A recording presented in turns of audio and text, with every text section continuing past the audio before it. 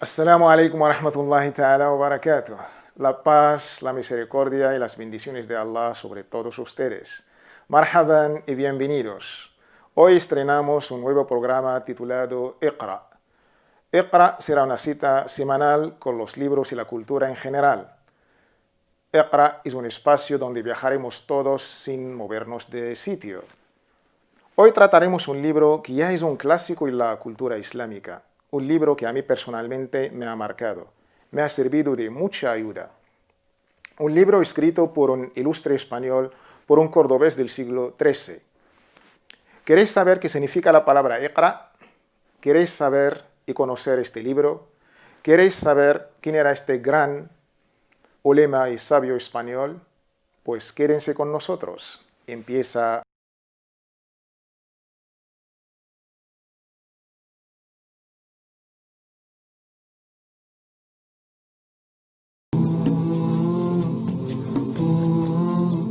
El ser humano es enemigo de todo aquel que ignora, decía el cuarto califa, el imam Ali, radiallahu anhu, que Allah esté complacido con él. Iqra significa en árabe, pues leer en imperativo, lee. Ha sido la primera palabra que ha sido revelada a nuestro mensajero Muhammad, sallallahu alaihi wasallam, la paz de Allah sea sobre él. Iqra es la base de la educación, de la cultura, del desarrollo social, económico. Iqra es la base de toda una civilización. Pero, ¿por qué no leemos? La UNESCO, el APNUD, el Programa de las Naciones Unidas para el Desarrollo, nos advierten en un tono alarmante. La región árabe tiene una de las tasas de analfabetismo más alta del mundo. Las estadísticas del UNESCO pues, dicen que el porcentaje del analfabetismo en el mundo árabe es del 30%. Las mujeres, peor todavía, aumenta hasta el 50%. 80 árabes leen un libro. Un europeo lee 35 libros. Así, para leer 35 libros necesitamos a 2.800 árabes. Que es el resultado pues, de 80 árabes multiplicados por 35 libros. El examen de competencias básicas de la población adulta, pues hecho por la OCDE, la Organización para la Cooperación en el Desarrollo Económicos de Europa, pues decía en 23 países, una especie de informe PISA para adultos, decía lo siguiente: en España pues está a la cola de las economías desarrolladas, el penúltimo en lectura y el último en matemáticas. Otro dato, el 23% del alumnado de secundaria no lee nunca, según datos de la educación de la Comunidad Valenciana. At-Tafsir, esta obra magnífica del imam al-Qurtubi, nuestro libro de hoy. Pues con la publicación del tomo 10, del 10º tomo del compendio de Tafsir del Corán al-Qurtubi, finaliza un trabajo duro que comenzó el profesor y traductor Zakaria Massa Abu Mubarak por ahí en el año 2006, y que tras un gran esfuerzo y dedicación ha visto la luz en castellano una de las exégesis del Corán más importantes, más consultadas y de mayor rigor. El tafsir, el compendio, la exégesis, la interpretación hecha por el imam al-Qurtubi. La palabra tafsir en árabe, ¿sabéis qué significa? Es la ciencia, la disciplina que estudia la exégesis, la interpretación y la aclaración de los significados y términos del Corán. El tafsir o exégesis del Corán, pues titulado Al-Jami'u li Ahkam al-Qur'an, así es el título original en árabe. Compilación general de las leyes del Corán, comúnmente, popularmente llamado, conocido como Tafsir del Qurtubi, la exégesis del Qurtubi. Es una obra que goza de un enorme reconocimiento e importancia como obra de consulta obligada en todo el mundo musulmán en general. Su autor es Abu Abdillah Muhammad ibn Ahmad al-Andalusi el-Qurtubi, el cordobés, andaluz y cordobés. Nació en Córdoba en la época de su máximo esplendor islámico. Su obra forma parte del gran legado andalusí, a menudo pues más valorado y conocido en la otra orilla que en nuestra tierra. Por ello, pues era justo y necesario pues tratarlo debidamente y presentar su traducción a los hispanoparlantes. Es una obra de incalculable tesoro, la verdad. El legado de la civilización musulmana del Andalus, pues aquí tenemos un gran ejemplo. Nuestro libro es el compendio del tafsir del Corán del Imam al-Qurtubi. Esta obra tiene una gran importancia ya que por primera vez podemos tener en lengua castellana acceso a los verdaderos contenidos del libro de Allah, el noble Corán. Pero ¿quién era su autor? La biografía del Imam al-Qurtubi es la siguiente. Se llamaba Abu Abdillah Muhammad ibn Ahmad al-Ansari al-Khazraji al-Andalusi al-Qurtubi. Que Allah lo tenga en su misericordia. Nació en Córdoba, pues en aquella España del siglo XIII. Su padre era un agricultor y murió durante un ataque, así que quedó huérfano desde una edad muy temprana. Durante su juventud, pues ayudó a su familia desde pequeño llevando la arcilla para su uso en alfarerías. Aprendió la lengua árabe, la poesía, además del noble Corán de memoria. Ahí, en su Córdoba natal, recibió su amplia formación en temas de jurisprudencia islámica, el fiqh, el árabe, su gramática y las diversas recitaciones del Corán. Estudió elocuencia, las ciencias del Corán, las ciencias del hadith y todas las ciencias islámicas. Terminó sus estudios en Córdoba. Después de la captura de Córdoba en el año 1236 por el rey Fernando I, se fue a Alejandría en Egipto, donde estudió hadith y tafsir. Luego pasó al Cairo y se estableció en el Munya, a unos 250 kilómetros al sur del Cairo, donde pues pasó el resto de su vida. Conocido por su modestia y la humildad durante toda su vida, fue enterrado en el Munya, en el sur del Cairo, en el año 671 de la Hijra, en el año equivalente al año 1273 de nuestra era. Entre sus obras, pues aparte del libro que vamos a tratar hoy, pues destaca obras como التذكرة في أحوال الموتى التذكرة في أحوال الموتى لأمور الآخرة, los estados de la muerte, el recuerdo de los estados de la muerte y los asuntos de la otra vida. Es un libro que trata los temas de la muerte, los castigos de la tumba, los tiempos del fin, el día de la resurrección. Otro libro, Al-Asna fi Sharhi Asma'illahi al-Husna, la explicación de los hermosos nombres de Allah. La metodología que ha empleado el Imam al-Qurtubi en su exégesis coránica, él siempre ha interpretado los significados de cada asura, de cada capítulo del Corán y de cada versículo. Para ello, reúne los ahadith, los dichos, hechos y aprobaciones del profeta y alías relacionadas con cada versículo, así como relatos y transmisiones de los sahaba, los nobles compañeros del profeta, y también comentarios de otros ulemas y opiniones propias del propio autor, el Imam al-Qurtubi. Entre sacar las leyes de la Sharia islámica, conocer las causas de la revelación, de las alías, trata también de explicar e interpretar los versículos o alías del Corán, en parte basándose en la estructura gramatical, derivaciones de la lengua árabe. Él, en su introducción, nos explicaba muy bien su metodología. Decía: desisto de relatar muchas historias de exégetas y noticias de historiadores, excepto aquellas que son imprescindibles en la aclaración precisa del asunto en cuestión. En el tafsir del Imam al-Qurtubi vemos una gran influencia de algunos de los ulemas que le presidieron, como Ibn Atiyah, el granadino, como Abu Ja'far al-Nahas. También se nota la influencia del Imam al-Mawardi. También se nota la influencia del Imam Tabari. Y también la influencia de otro paisano suyo, el cordobés, el Imam Abu Bakr ibn al-Arabi. Pero también el imam el cordobés ejerció su influencia sobre otros ulemas que también interpretaron el libro de Allah, como el gran imam Ibn Kathir. También su influencia se nota en la obra del imam Abu Hayyan al-Andalusi, el granadino. También se nota su influencia en la obra del imam al-Shawkani.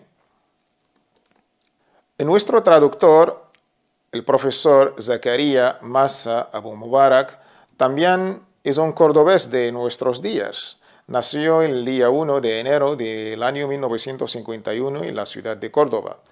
Es presidente de la comunidad musulmana española, la mezquita At-Taqwa del Temor de Allah de Granada.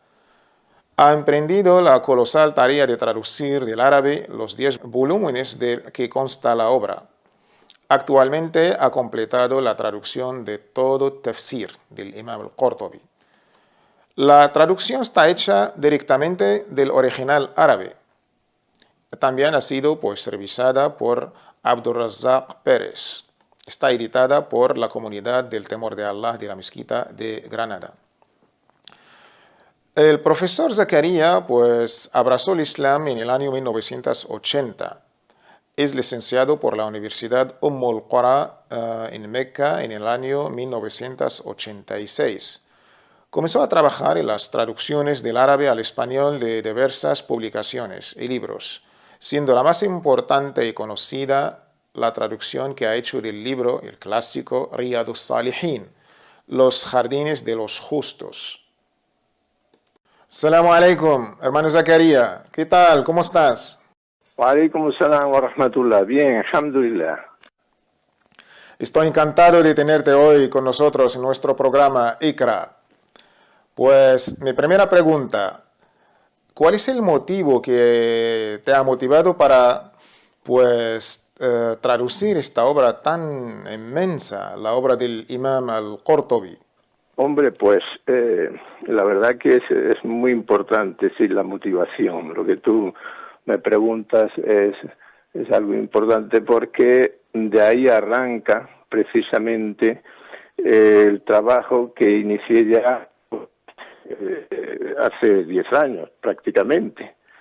Esto fue una idea de los hermanos de aquí de Granada, todos, o sea, de origen español, unos granadinos, otros de Sevilla, en fin, de la zona esta del sur.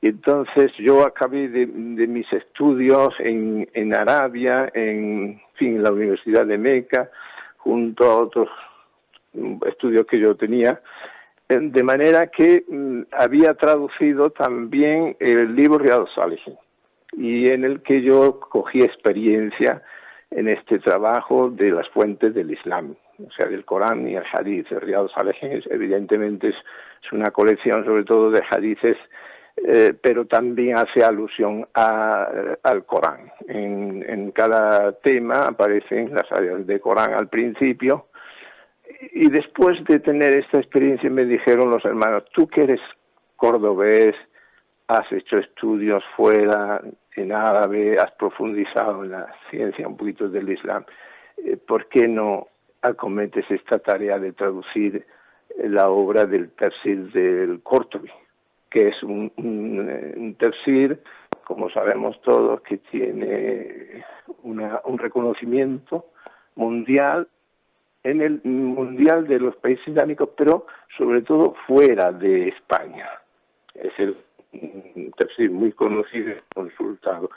Y aquí en España, prácticamente se conocía. Entonces, con ese motivo, por ser nosotros de aquí, de Al-Ándalus, y ser yo de Córdoba también, de la misma ciudad en la que tuvo su gran dimensión la obra del Qurtubi, en definitiva casi me vi obligado a aceptar esa propuesta, y yo mismo me lo tomé como un reto y para mí una motivación añadida, aparte de tener otras también.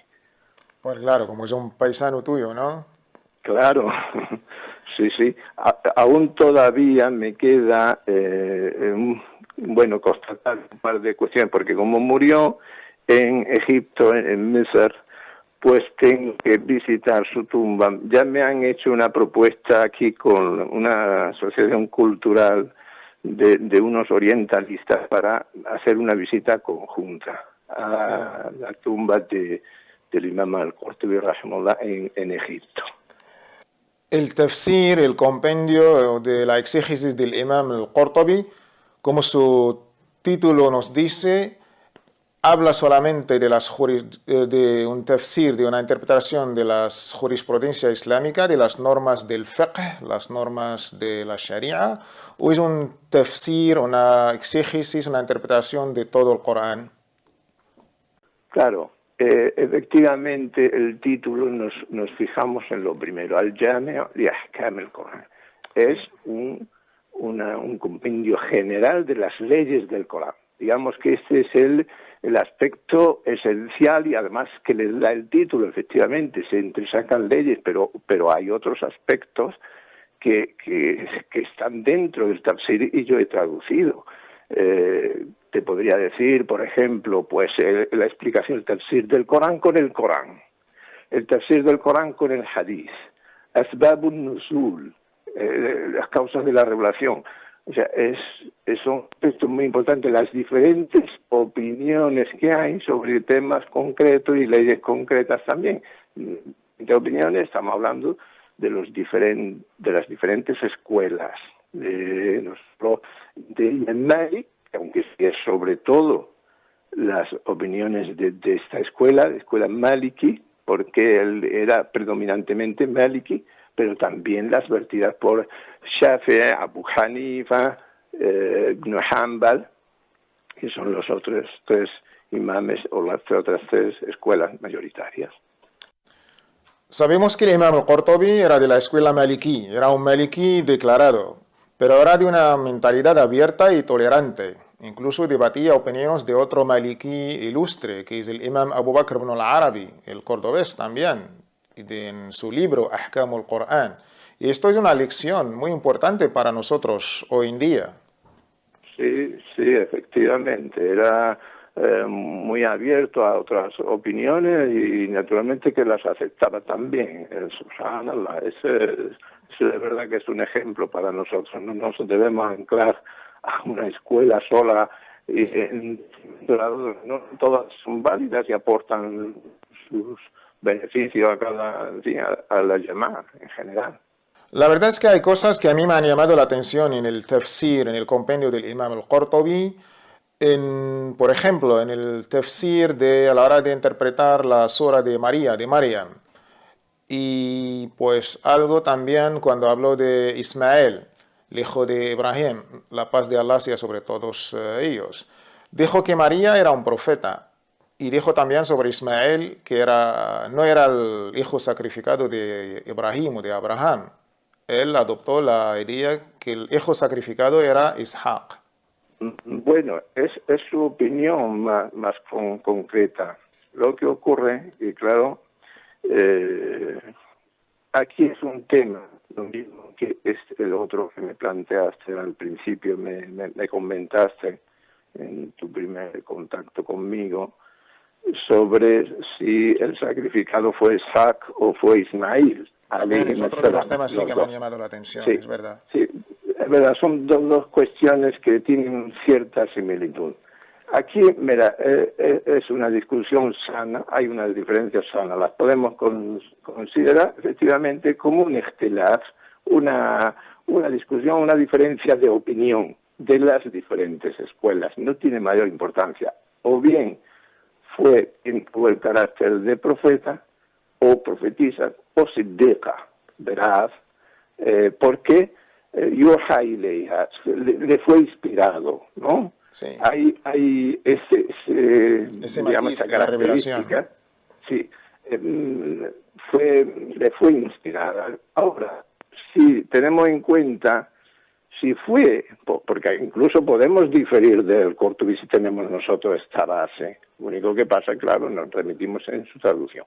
Pero yo puedo incluso, debido a las fuentes que consulto también, pues pensar que ya para llegar, digamos, al último grado en el tema de la profecía, tuvo que habérsele revelado un mensaje y transmitirlo y darlo a conocer, como sucedió con el profeta Muhammad, sallallahu alaihi wasallam, el último de los profetas enviados y con un mensaje.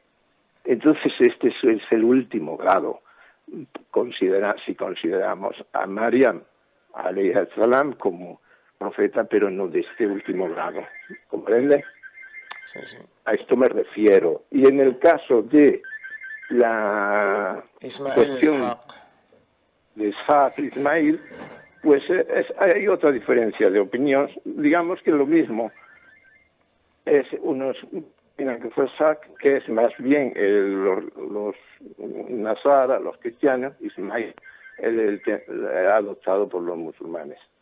Y también sobre Maryam está equiparado su tratamiento, Maryam alayhi salam, como Al-Khidr, Dhul-Qarnayn, que también tuvieron su inspiración en sus momentos que conocemos de sus vidas y que aparecen en el Corán también. Pues hermano Zakaria, shukran, que sigas en esta línea y muchísimas gracias por sus aclaraciones. Y bueno, amigas y amigos, esto ha sido todo. Me encantaría continuar en esta grata compañía, la vuestra y la de Compendio de Tafsir del Imam al-Qurtubi, pero nuestro tiempo toca a su fin. Muchísimas gracias y hasta el próximo capítulo de Iqra. Assalamu alaikum.